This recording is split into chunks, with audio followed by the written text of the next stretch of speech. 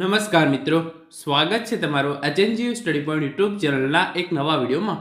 મિત્રો, Gujarat police constable ભરતી માટે ડોક્યુમેન્ટ વેરિફિકેશન જે છે એ શરૂ થઈ ગયું છે. તો આજના આ વિડીયોની અંદર આપણે જોઈશું કે ડોક્યુમેન્ટ વેરિફિકેશન માટેની વ્યવસ્થા કેવી છે, કયા કયા ડોક્યુમેન્ટ્સ જે છે એ તમારે ફરજિયાત જોશે અને કયા કયા ડોક્યુમેન્ટ્સ નહીં હોય તો પણ જે છે એ ડોક્યુમેન્ટ વેરિફિકેશન પ્રક્રિયા દરમિયાન ચલાવી લે છે. એની સંપૂર્ણ માહિતી જે છે એ આપણે આજના આ વિડીયોની અંદર જોવાના છીએ.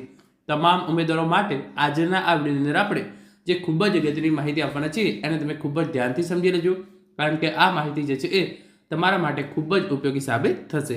તો હવે શરૂ કરીએ આજનો આ વિડીયો. તો તમે જોઈ શકો છો, Gujarat police constable document verification 2025 તમામ ઉમેદવારોએ આટલું ખાસ ધ્યાન રાખવું.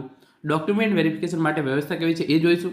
પછી કયા કયા ડોક્યુમેન્ટ્સ ફરજિયાત જોઈશે, કયા ડોક્યુમેન્ટ નહીં હોય તો પણ ચલાવી લેશે, એ તમામ માહિતી જે છે એ આપણે જે પણ ઉમેદવારોને ડોક્યુમેન્ટ વેરિફિકેશન કરવાનું છે એમના માટે જે ઉપયોગી માહિતી છે એ આપવાના છીએ. તો વિડીયોના અંત સુધી જરૂરથી બનેલા રહેજો અને જો તમને આ માહિતી પસંદ આવે તો વિડીયોને લાઇક કરી ચેનલને સબસ્ક્રાઇબ કરવાનું ભૂલતા નહીં. તો સૌપ્રથમ તો તમે જોઈ શકો છો, LRD document verification, LRD police constable document verification update.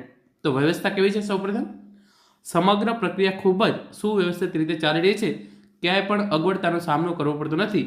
ઉમેદવારોને તેમના માર્ક્સના આધારે બોલાવવામાં આવી રહ્યા છે, એટલે કે જે ઉમેદવારોને સૌથી વધારે માર્ક્સ હોય એમને સૌપ્રથમ ડોક્યુમેન્ટ વેરિફિકેશન માટે બોલાવવામાં આવી રહ્યા છે અને એના પછી ક્રમશઃ જે પ્રમાણે ઓછા માર્ક્સવાળા ઉમેદવારો હોય એમને જે છે એ બોલાવવામાં આવી રહ્યા છે. તો આજે જે ઉમેદવારોને ડોક્યુમેન્ટ વેરિફિકેશન માટે બોલાવવામાં આવેલા હતા, તો આજે ડોક્યુમેન્ટ વેરિફિકેશન માટે બોલાવવામાં આવેલા ઉમેદવારોના માર્ક્સ સામાન્ય રીતે 150ની આસપાસ હતા. આના પરથી કહી શકાય કે માર્ક્સના આધારે ક્રમબદ્ધ રીતે વેરિફિકેશન કરવામાં આવી રહ્યું છે, એટલે કે જે ઉમેદવારોને સૌથી વધારે માર્ક્સ છે એમને સૌપ્રથમ ડોક્યુમેન્ટ વેરિફિકેશન માટે બોલાવવામાં આવેલા છે. એના પછી ક્રમશઃ એનાથી ઓછા એ રીતે છેક 30 તારીખ સુધી તમારું ડોક્યુમેન્ટ વેરિફિકેશન પ્રોસેસ છે એ ચાલશે. તો આ રીતે એકદમ સુવ્યવસ્થિત રીતે ડોક્યુમેન્ટ વેરિફિકેશન પ્રક્રિયા જે છે એ ચાલી રહી છે. ઉમેદવારોને કોઈ પણ પ્રકારની તકલીફ જે છે એ તકલીફનો સામનો જે છે એ કરવો પડતો નથી. આગળ તમે જોઈ શકો છો, સરળ પ્રક્રિયા. સમગ્ર દસ્તાવેજ વેરિફિકેશન પ્રક્રિયા એકદમ સરળ અને ઝડપી છે. અત્યાર સુધી કોઈ પણ ઉમેદવારોને દસ્તાવેજોના અભાવે પરત મોકલવામાં આવ્યા હોય એવા સમાચાર નથી. તો તમે જોઈ શકો છો, ડોક્યુમેન્ટ વેરિફિકેશનની એકદમ પ્રક્રિયા જે છે એકદમ સરળ છે અને ઝડપી છે. તમારા જોડે કોઈ પણ ડોક્યુમેન્ટ ના હોય તો તમને હજુ સુધી જે છે એ પરત મોકલવામાં આવ્યા હોય તેવો એક પણ કિસ્સો જે છે એ ગઈકાલે સામે આવ્યો નથી. હવે આપણે જોઈએ કે કયા કયા ડોક્યુમેન્ટ્સ જે છે એ તમારે ફરજિયાત લઈ જવા પડશે અને કયા ડોક્યુમેન્ટ્સ તમારા જોડે નહીં હોય તો પણ જે છે એ ચલાવી લે છે. તો જરૂરી દસ્તાવેજો અને નોંધ. તો એના માટે પહેલું તમે જોઈ શકો છો, 1978 પહેલાંના દસ્તાવેજ. જો તમારા પિતા કે દાદાનું એલસી લિવિંગ સર્ટિફિકેટ 1978 પહેલાંનું હોય તો તમારે પેઢીનામું રજૂ કરવાની જરૂર નથી. જો તમારી પાસે 1978 પહેલાંનું એલસી ન હોય તો તમારે જરૂરી ઉતારા સાથે રાખવા. તો 1978 પહેલાંનો જે પુરાવો આપણે રજૂ કરવાનો હોય છે તો એની અંદર તમે પિતાનું અથવા દાદાનું જે છે એ એલસી આપો છો તો પછી તમારે પેઢીનામું કરાવવાની જે છે એ જરૂર પડશે નહીં. પરંતુ જો તમારા જોડે 1978 પહેલાંનું એલસી ના હોય તો તમારે જરૂરી ઉતારા જે છે એ તમારે સાથે રાખવાના રહેશે. અને પછી દસ્તાવેજોની પ્રમાણિત નકલ. શક્ય હોય ત્યાં સુધી પ્રમાણપત્ર ટ્રુ કોપી કરીને લઈને જવા. બાકી દસ્તાવેજોની નકલ પર તમારી સહી કરી સ્વપ્રમાણિત પણ કરી શકો છો. એટલે કે તમારે બને ત્યાં સુધી તમારા તમામ ડોક્યુમેન્ટ જે તમે સાથે લઈ જાઓ છો એની જે છે એ ટ્રુ કોપી કરાવી લેવી.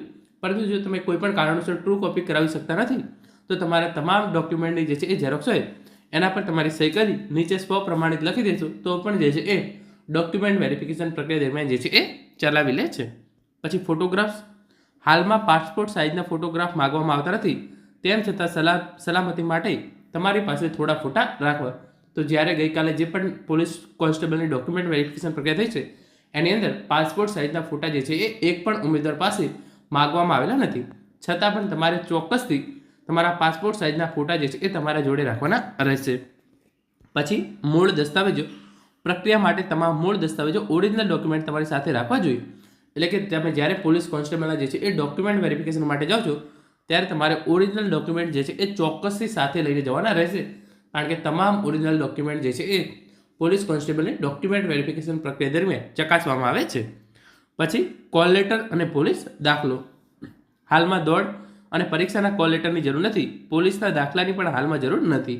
એટલે કે તમે જે દોડની અંદર પાસ કરેલું છે એનો કોલ લેટર અને તમે જે લેખિત પરીક્ષા આપી છે એના કોલ લેટર અત્યારે જે છે એ માગવામાં આવી રહ્યા નથી. અને ઘણા બધા ઉમેદવારો જે છે એ પોલીસના દાખલા વિશે પૂછતા હતા, તો પોલીસના દાખલાની પણ હાલમાં જરૂર નથી. તો દોડનો કોલ લેટર, લેખિત પરીક્ષાનો કોલ લેટર અને પોલીસનો દાખલો, આ ત્રણેય ડોક્યુમેન્ટની જે છે એ અત્યારે જરૂર પડશે નહીં. પછી સમગ્ર પ્રક્રિયા સુચારુ અને વ્યવસ્થિત રીતે ચાલી રહી છે. તો જે ગઈકાલે ડોક્યુમેન્ટ વેરિફિકેશન થયું એની અંદર એક પણ ઉમેદવારોને કોઈ પણ પ્રકારની તકલીફ જે છે એ જોવા મળી નથી. ગુજરાત પોલીસ ભરતી બોર્ડ દ્વારા ઉમેદવારોને પૂરેપૂરો સપોર્ટ જે છે એ કરવામાં આવી રહ્યો છે. તમે જોઈ શકો છો ધવલ મારુસર દ્વારા પણ ટ્વીટ કરીને અપડેટ આપવામાં આવી હતી. LRD police constable document verification update. એક ઉમેદવાર દ્વારા આપવામાં આવેલી માહિતી આજના ડોક્યુમેન્ટ વેરિફિકેશન માટે. વ્યવસ્થા સારી છે, ધક્કા મૂકી જેવી કોઈ પણ પ્રકારની પરિસ્થિતિ નથી. આજના ડોક્યુમેન્ટ વેરિફિકેશનમાં ઉમેદવારોનો માર્ક્સ બધા 150 આજુબાજુ હતા. તો જે વધારે માર્ક્સવાળા ઉમેદવારો છે એમને પહેલાં ડોક્યુમેન્ટ વેરિફિકેશન માટે બોલાવવામાં આવેલા છે. ડોક્યુમેન્ટ વેરિફિકેશન માર્ક્સ વાઇઝ થાય છે. પ્રક્રિયામાં કોઈ તકલીફ નથી, બધું સરળ રીતે થઈ રહ્યું છે. 1978ની ખરી માટે જો સીધા વારસદાર પિતા કે દાદાની LC હોય તો પેઢું નામવાની જરૂર નથી. અને જો 1978 પહેલાંની LC ના હોય તો જરૂરી ઉતારા તમારે જે છે એ સાથે લઈને જવા. તમામ ડોક્યુમેન્ટ્સ પર ટ્રુ કોપી જરૂરી નથી, સાઇન કરીને નીચે સ્વપ્રમાણિત લખી દેવું પૂરતું. એટલે કે તમે તમામ ડોક્યુમેન્ટ્સ પર ટ્રુ કોપી નહીં કરાવો, પરંતુ તમારી જાતે સિગ્નેચર કરી અને નીચે સ્વપ્રમાણિત લખી દેશો તો પણ જે છે એ ચલાવી લે છે. પાસપોર્ટ સાઇઝના ફોટા જે છે એ માગતા નથી, પરંતુ તમારે સાથે જે છે એ ચોક્કસથી રાખવાના છે. આજના ડોક્યુમેન્ટ વેરિફિકેશન માટે કોઈ પણ ઉમેદવારને જે છે એ પરત મૂકેલ નથી. દોડનું કોલ લેટર અને પરીક્ષાનું કોલ લેટર હાલમાં જરૂર નથી. એટલે કે દોડનું કોલ લેટર અને લેખિત પરીક્ષાના કોલ લેટરની અત્યારે જરૂર પડશે નહીં. પોલીસના દાખલાની પણ હાલમાં જરૂર નથી. ઓરિજિનલ ડોક્યુમેન્ટ જે છે એ તમારે સાથે રાખવાના છે. ઉમેદવારો નિશ્ચિત રહો, પ્રક્રિયા સુગમ અને વ્યવસ્થિત રીતે ચાલી રહી છે. તો દોડનો કોલ લેટર, લેખિત પરીક્ષાનો કોલ લેટર અને પોલીસના દાખલાની જે છે એ તમારે અત્યારે જરૂર પડશે નહીં.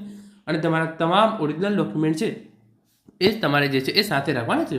અને આગળની અપડેટ તમે જોઈ શકો છો. કોલ લેટર અને પોલીસનો દાખલો હાલમાં જરૂરી નથી. તમારા પિતા કે દાદાનું LC 1978 પહેલાંનું હોય તો તમારે પેઢી નામું રજૂ કરવાની જરૂર નથી. અને જો તમારા પાસે 1978 પહેલાંનું LC ના હોય તો તમારે જરૂરી ઉતારા જે છે એ સાથે રાખવાના રહેશે. ડોક્યુમેન્ટ વેરિફિકેશન ખૂબ જ સારી રીતે ચાલી રહી છે. કોઈ પણ ઉમેદવારોએ જે છે એ ટેન્શન લેવાની જરૂર નથી.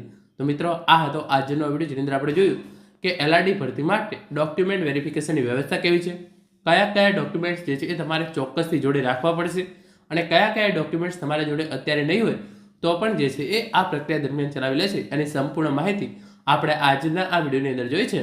છતાં પણ તમારા મનમાં કોઈ પણ પ્રશ્ન હોય તો તમે નીચે કોમેન્ટ કરીને જણાવી શકો છો. હું ચોક્કસથી તેનો જવાબ આપીશ.